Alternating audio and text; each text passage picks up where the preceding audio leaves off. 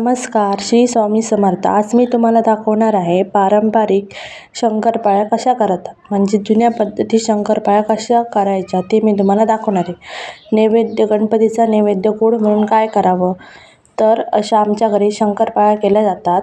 त्यात तुम्ही बघू शकता, पहिलं गूळ टाकलेलं आहे, त्यानंतर तांदळाचं थोडं पीठ, नंतर खोबरं, ओलं खोबरं मिक्सरला लावून, त्यानंतर गव्हाचं थोडं पीठ टाकलेलं आहे. त्यातमध्ये जास्त ते गव्हाचं पीठ आहे, म्हणजे 2 वाटी गव्हाचं पीठ आणि अर्धी वाटी तांदळाचं पीठ असं आहे, आणि 1 वाटी खोबरं, ओलं खोबरं तुम्ही बघू शकता. वेलची टाकायची आहे त्यात, आणि थोडं दूध नसेल तरी, दूध नाही टाकलात तरी चालतं, काही जण दूध टाकतात.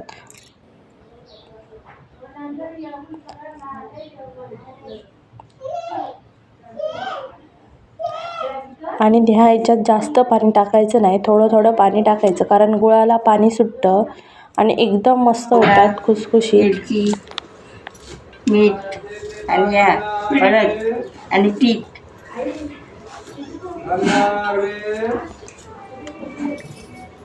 आणि हे पहिलं मळताना घटसर एकदम मळायचं, कारण गुळाला पाणी सुटतं, त्यामुळे जास्त पाण्याचा वापर करायचा नाही. आणि एकदम सोप्या पद्धतीत असे होतात. जर तुम्हाला गणपतीला नैवेद्य काय करायचा असं विचार असेल, कारण आपण रोज तेच करून कंटाळतो, त्यामुळे वेगळं काहीतरी असं आपण करू शकतो. खोबरं घातल्यामुळे एकदम मस्त चव येते त्याला.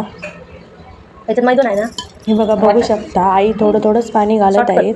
जसं तुम्ही थोडंच पाणी वापरा, जास्त पाणी वापरू नका. एकदम घट मळायचं पीठ, आणि एकदम या मस्त खुसखुशीत आणि एकदम चवीला एकदम रुचकर होतात. हे पण आणि पटकन होणारा हा पदार्थ आहे.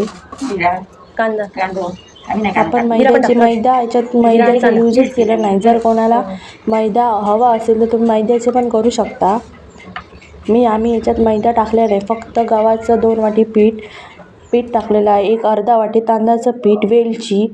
हे बघा, आता वेलची, कारण आम्ही वेलची विसरलेलो म्हणून आता वेलची टाकत आहोत. हे बघू शकता, असे जाडसर लाटून घ्यायचे आहे, जेणेकरून ते मस्त फुगतात आणि कुरकुरीत होतात. हे बघू शकता. मी तुम्हाला परत एकदा साहित्य सांगते. वेलची, दूध, तांदळाचं पीठ, अर्धा वाटी तांदळाचं पीठ, खोबरं अर्धी खोबऱ्याची वाटी, आणि 2 वाट्या गव्हाचं पीठ, एवढं साहित्य लागणार आहे. आणि जर ह्याच्यात तुम्ही काय जण जुन्या पद्धतीत कांदा टाकतात, पण आम्ही ह्याच्यात कांदा यूज केलेला नाही. आणि कांदा तुम्ही यूज करू पण शकता, म्हणजे थोडासा असा किसायचा आणि मिक्सरला खोबऱ्याबरोबर लावायचा, पण तुम्ही नाही टाकलात तरी चालतं. हे असे केलात तर एकदम मस्त होतात.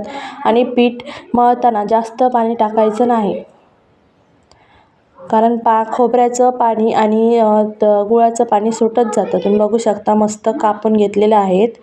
आणि जर तुम्ही असं एकत्र टाकला तरी त्या तेल टाकल्यामुळे आपणच मोकळ्या होतात. आणि ही रेसिपी आवडल्यास माझ्या चॅनलला लाईक, सबस्क्राईब करायला आणि बेल आयकॉन दाबायला विसरू नका. आणि एकदम मस्त होता. तुम्ही नक्की करून बघा आणि मला सांगा कमेंट करून की शंकरपाळ्या कशा झालेल्या. थँक्यू.